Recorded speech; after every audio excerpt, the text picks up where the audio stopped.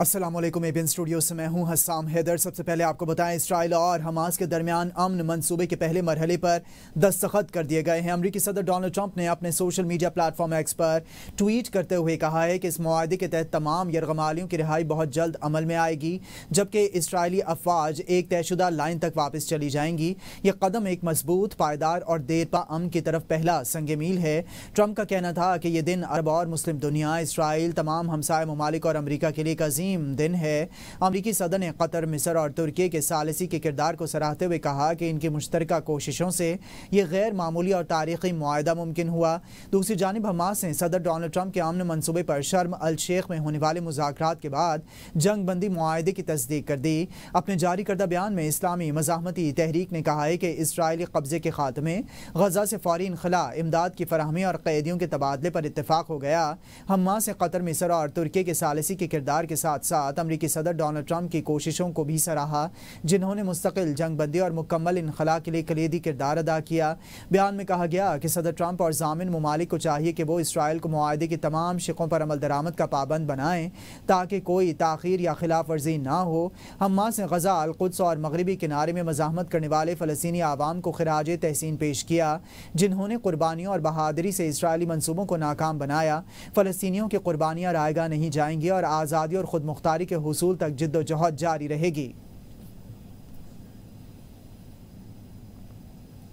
غزہ جنگ کے خاتمے اور قابض اسرائیلی افواج کے انخلاء کے معاہدے کے بعد غزہ سٹی میں خوشیوں کے مناظر، سڑکوں پر جشن کا سما، فلسطینی عوام جھنڈے لہراتے، نعرے لگاتے اور ایک دوسرے کو مبارکباد دیتے نظر آئے۔ غزہ کی فضا میں آتش بازی اور تکبیر کے نعرے گونج اٹھے۔ لوگوں کا کہنا ہے کہ برسوں کی قربانیوں کے بعد امن کی ایک گھڑی امید کی نئی کرن ہے، جبکہ حماس رہنماؤں نے اس دن کو آزادی کی طرف پہلا قدم بھی قرار دے دیا۔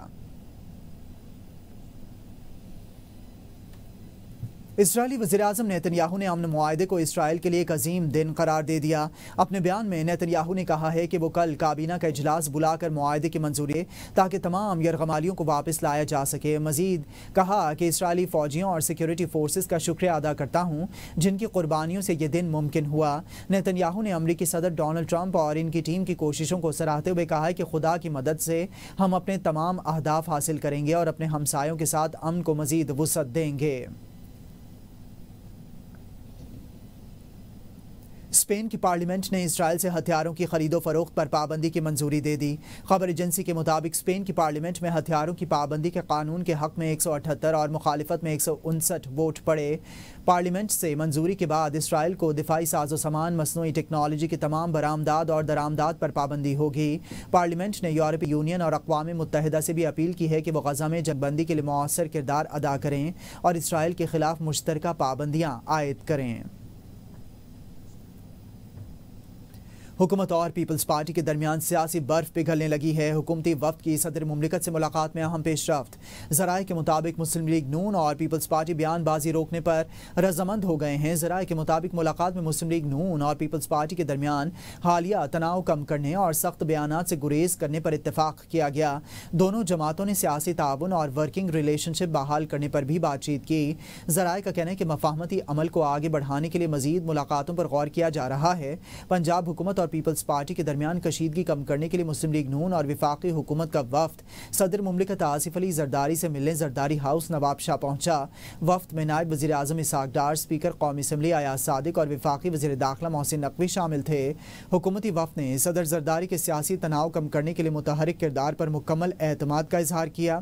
ذرائع کے مطابق حکومتی وفد نے صدر مملکت آصف علی زرداری کو وزیر اعظم شہباز شریف سے مسلم لیگی رہنماؤں کی ملاقات میں ہونے والی گفتگو سے آگاہ کیا۔